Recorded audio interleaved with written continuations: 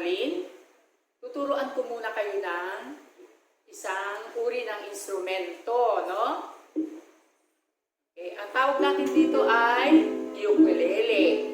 Ang ukulele ay parang maliit na gitara na may 4 na kwerdas.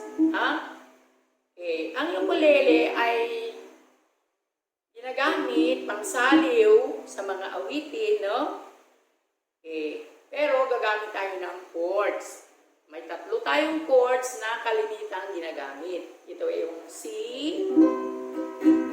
gaya ng tunog ng C. Tunog ng G, para pigitan nyo G. Yung 3 daliri mo, itapat mo doon sa mga, okay, 3. G, bago, F. Kita nyo? Subukan nating tumugtog. Ito kalimitan sa mga awit ng sa school. Pwede natin gamitin, no? Kagaya ng Bahay Kubo. Bahay kubo kahit liit munti, ang halaman doon ay sari-sari, singkamas at talong, sigarilyas at mani, sitaw, pwede din siya sa sitsit-sitsit. Sitsit-sitsit, alibang bahang sa ginto, sa lagubang, ang babae ay sa lansangan, umiri, parang tanghang. Babalik ka lagi sa C, no? Kasi yun ang chord, basic chords ng ukulele. Okay. Pumunta na tayo sa ating aralin. Bago tayo pumunta sa ating aralin, magbabalik-aral muna tayo, no? Sa mga instrumento ng rondalya. Alam niyo ba yung rondalya? Ito ay mga string instrument. Okay, sige. Huhulaan natin itong mga instrumento kung ano ang pangalan natin nila, ha? Okay, number 1. Ano kayang pangalan ng number 1? Yung number 2, 3, 4, 5, 6. Nandyan sa kahon ang mga pangalan. Okay. Number 1 is, very good, Bandoria. Number 2, Octavina. Number 3, gitara. 4, anong hula nyo? Laud.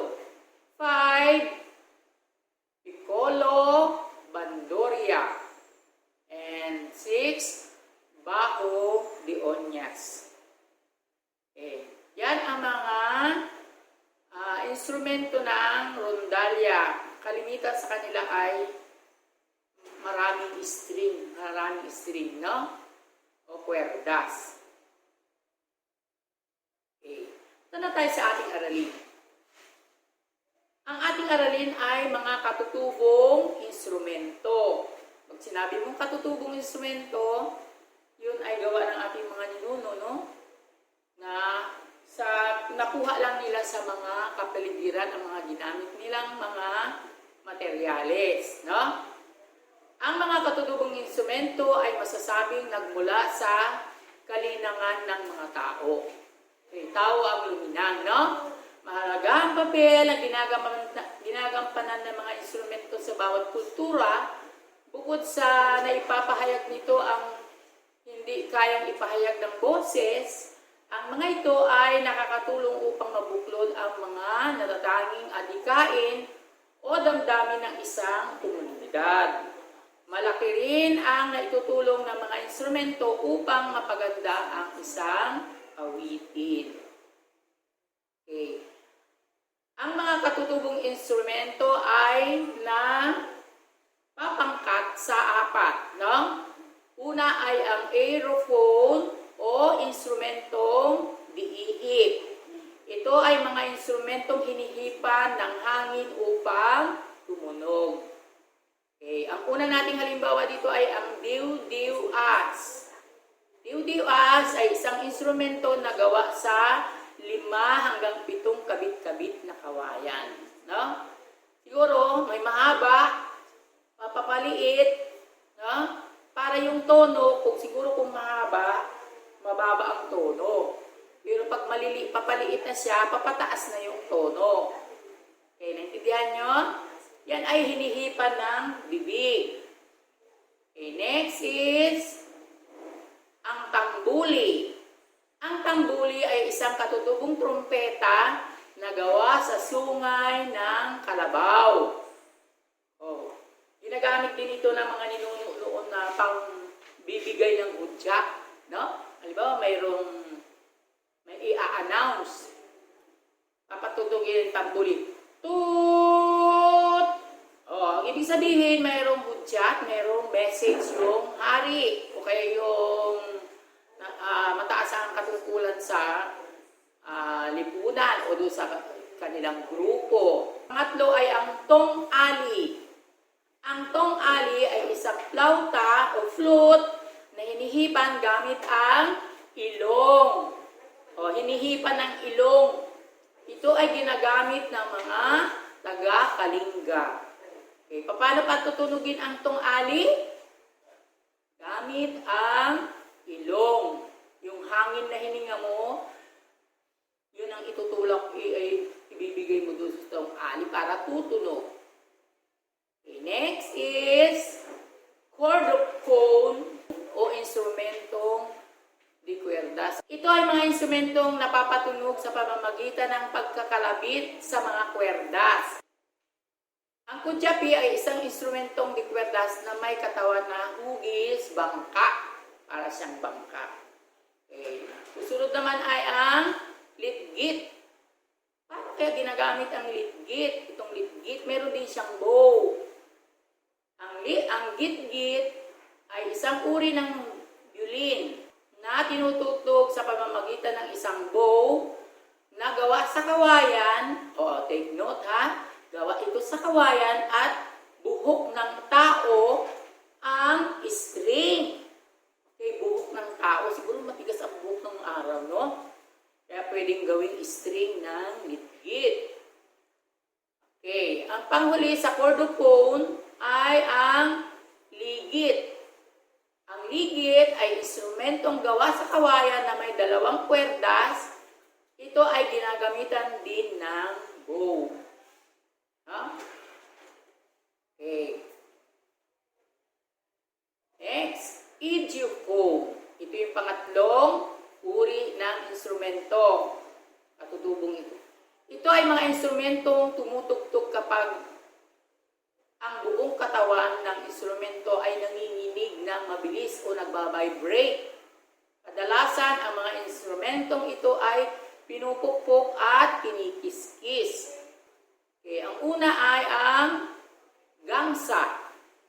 Ang gangsa ay isang flat na balat at bronze o metal na bronze na pinatutugtog sa pamamagitan ng pukpuk ng kamay o ng stick. Nakakita na kayo ng igurot na mayroong ganitong instrumento? Okay, hawak-hawak nila yung gangsa, tapos pinupukpok nila ng kamay. Tening, ting, ting, tening, ting, ting, tening, ting, ting, tening. Ganyan ang tunog niya. Kalimitan, ha? Okay, next. Agong. Ang agong ay isang napakalaking gong na bronze at may umbok. May umbok siya sa gitna. Ito ay lumilikha ng malakas na tunog sa tuwing ito ay pinapalo ng stick. Okay. At ang pangatlo naman ay ang gabang. Ang gabang ay kawangis ng isang xylophone. Ito ay gawa sa kahoy na may iba't ibang haba na nakapatong sa isang kahoy na resonator. Ito ay nakakalikha ng tunog sa tuwing ito ay pinapalo ng stick. No? Para ding xylophone pero kahoy, no? Meron din siyang mahaba kasi ang simbolo ng mahaba, ang kumakatawan sa mahaba, ang ibig sabihin, mababa ang tono. Pag magpapaliit na yung kahoy, papataas na ang tono. Parang ganun sa xylophone, no? Okay, next, ito yung huling pangkat. Ito yung membranophone. Ito ay mga instrumentong gawa sa kahoy na bilugan. Kahoy, no? Walang laman sa loob. Walang laman yung loob niya. Ito ay natatakpan ng mga makukunat na pinatuyong balat ng hayop. Okay. Ito yung dabakan. Ang dabakan ay tubular drum na pinapalo ng stick o ng palad, no? Meron naman tayong gimbal. Ang gimbal ay tubular drum na may takip na balat ng hayop sa isang bahagi ng dulo nito. Kaya sa babaw lang, no? Sa babaw lang mayroong takip. Yun yung pinupukpok. Yung sa puwet, sa dulo, walang takip, no? Para lalabas ang tunog. Okay. Meron din tayong sulibaw. Ano yung sulibaw? Ang sulibaw ay drum na gawa sa kahoy at balat ng baboy o bayawak. Okay, punta naman tayo sa mga pangkat ng mga manunugtog ng mga katutubong awit. Meron tayong 3 pangkat ng manunugtog. No, ang una ay ang gangsa ensemble. Ang gangsa ensemble ay binubuo ng mga 5 hanggang 6 na manunugtog na sinasamahan pa ng mga manunugtog ng drum. Okay. Tumutugtog sila sa araw ng kapanganakan, mga birthday, panliligaw, courtship, no? Kasal, at maging sa panahon ng pag-aani. Okay. Siguro para sa pag-aani, siguro para mawala ang pagod nila, no? Tinutugtugan sila ng gangsa ensemble. Meron din tayong kulintang ensemble. Ano naman ang kulintang ensemble? Ang kulintang ensemble na ginagamit sa pag-akumpanya ng awit, sayaw at mga ritual sa mga katutubo sa iba't ibang bahagi ng Mindanao. Binubuo ito ng manunugtog ng kulintang. Alam niyo yung kulintang, di ba? Gadingan, agong, yung malaking at saka yung bandali at dabakan. Okay. Meron din tayong angklong. Ang angklong ay isang uri ng pangkat na mula sa Timog Silangang Asya. Ginawa ito na may natatanging tono. So, sila ay binubuo ng di mababa sa 3 manunugtog. Mas marami pa, no? Ito yung instrumento na may tono, no? Kinakalog yung kawayan. Okay, lalabas yung tono niya kung do, re, mi, fa, sol, la, ti, do. Ngayon, pag chords, do, mi, so, sabay-sabay silang patutugtugin, kaya ang ganda ng kanilang tunog. Naintindihan ba mga bata ang ating mga aralin? So, subukan natin gawin ang gawain 1. Alamin kung anong uri ng katutubong instrumento ang nasa larawan. Sulat kung ito ay aerophone, chordophone, ediophone, at membranophone. O, ano yung sinabi kong tatandaan? Pag aerophone, may hangin, pinapatulog ng hangin.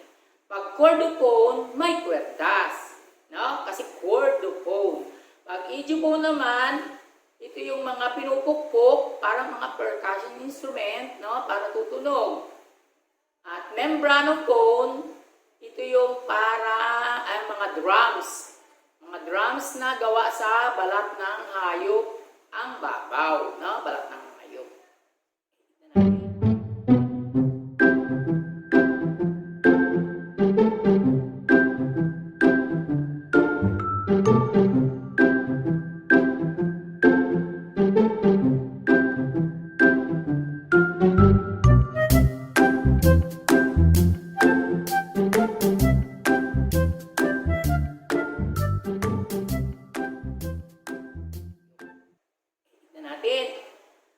Ano ang sagot sa number 1?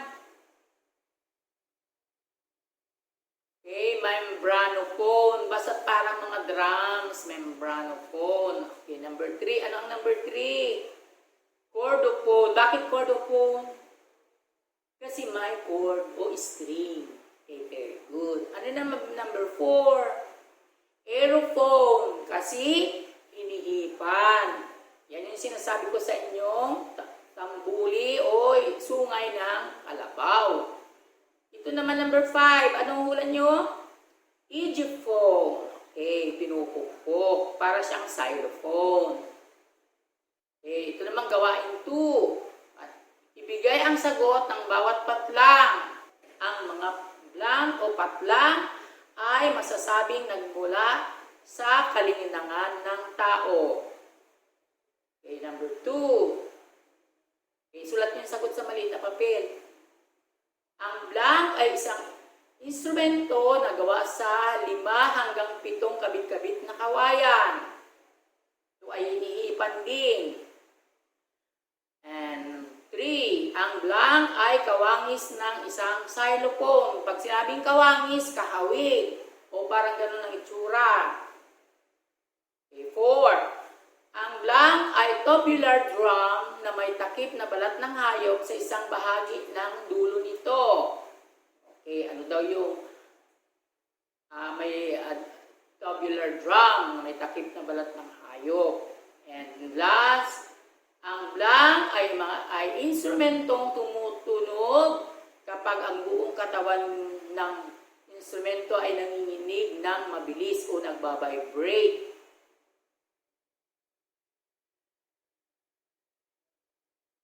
Okay, ayun ang sagot. Ang mga katutubong instrumento ay masasabing nagmula sa kalinangan ng tao o ginawa ng tao. Number 2, ang diw-diwas ay isang instrumento na gawa sa 5 hanggang 7 kabit-kabit na kawayan. 3, ang gabang ay kawangis ng isang xylophone. Ang gimbal ay tubular drum na may takip na balat ng hayop sa isang bahagi ng dulo nito. 5. Ang egyptophone ay instrumentong tumutunog kapag ang buong katawan ng instrumento ay nanginginig ng mabilis o nagbabibrate. So, ito ay mga percussion instrument. Okay, ito naman, magsusulit. Subukin nga natin sagutan. Ang isasagot lang natin dito ay aerophone, egyptophone, chordophone, at membranophone. Okay. Number 1. Okay, kuha kayo ng maliit na papel. Sulat niyo yung sagot niyo. Okay, ready na? Okay, number 1 is agong. Agong. Oh, pinupukpok. Mayroong umbok sa gitna. Okay, number 2 is dabakan. Natatandaan nyo yung mga itsura nila, no? 3. Tong-ali. Yung tong-ali, ang ginagamit ilong. Yung hininga mo eh. Parang pag may sibong ka, hindi ka makatugtog ng tong-ali. Okay, number 4, kudyapi. 5, git-git. 6, tambuli. 7, gabang. 8, sulibaw. 9, gangsa. And 10, gimbal. Okay, tignan natin ang sagot nyo kung tama. Agong. Okay, sinong tama? Agong ay egyptophone. Okay, gabakan ay membranophone. Tong-ali ay aerophone. Ang kudyapi ay chordophone kasi may chord. Git-git, chordophone din. Tambuli, Aerophone, kasi kailangan ng hangin, air. Shortcut. Gabang, idiophone. Sulibaw, membranophone. Gangsa, idiophone. At gimbal, membranophone. Sinong nakasampo? Taas ang kamay nakasampo. Okay, very good, no? Okay. Diyan nagtatapos at mga bata ang ating aralin sa araw na to. Sana mayroon kayong natutuhan.